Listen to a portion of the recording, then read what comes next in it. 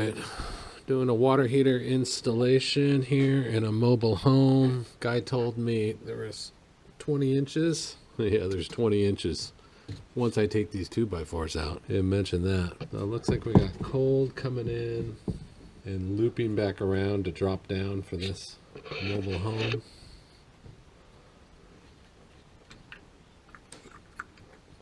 Looks like I should be able, I might be okay at the top up there, so I'm going to start draining it and then figure out how to get these 2x4s out of here. Alright. Have you guys ever seen this before? I shut the water off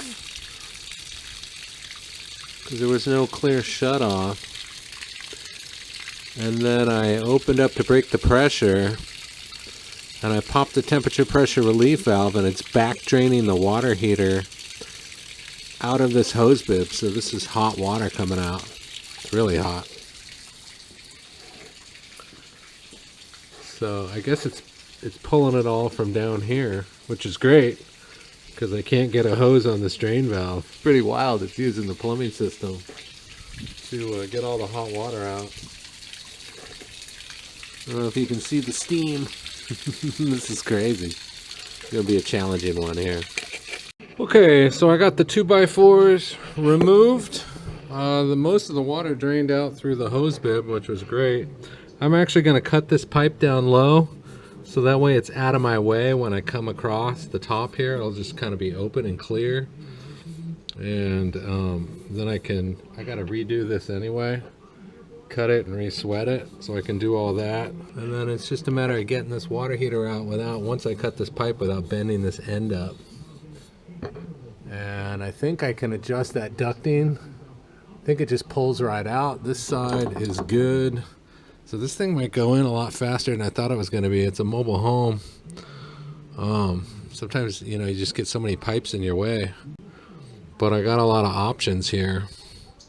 The hardest part is going to be just like getting it up on a ladder. I brought some scaffolding with me, but there's a lot of wood that I can possibly use to kind of create a platform where I can just drop it in. And what I don't want to do is end up screwing up this pipe, if I drop it in, because then I'm just fucked. So I want to cut this thing and then protect it.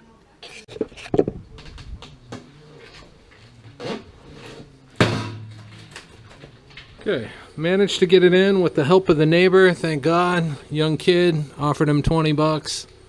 Well worth it. So, got the gas line connected and adapted over. And the ductings just dropped straight down on top, and I reconnected and tightened down the left side hot supply line. And all I've really got left to do is throw some Teflon tape on this ducting. Sweat on the cold line, and then fill up the tank and light it. So doing the soldering out here makes it a lot easier and get it a little bit cleaner. I always worry about sweating these vertical joints because it's kind of hard to get the solder to wick up in there, but it's a lot easier if it's horizontal and not vertical. And then I found a couple shark bites, so what I'm going to do is I'm going to shark bite that end. And so I have a male shark bite and a female shark bite, and I'm going to use that for the connection way down low towards the bottom of the water heater. So that way I don't have to worry about trying to sweat down in there. Okay, we got it. No leaks. I just went shark bite to shark bite down here so I wouldn't have to do any sweating. All the way up. It's under full pressure. It's running.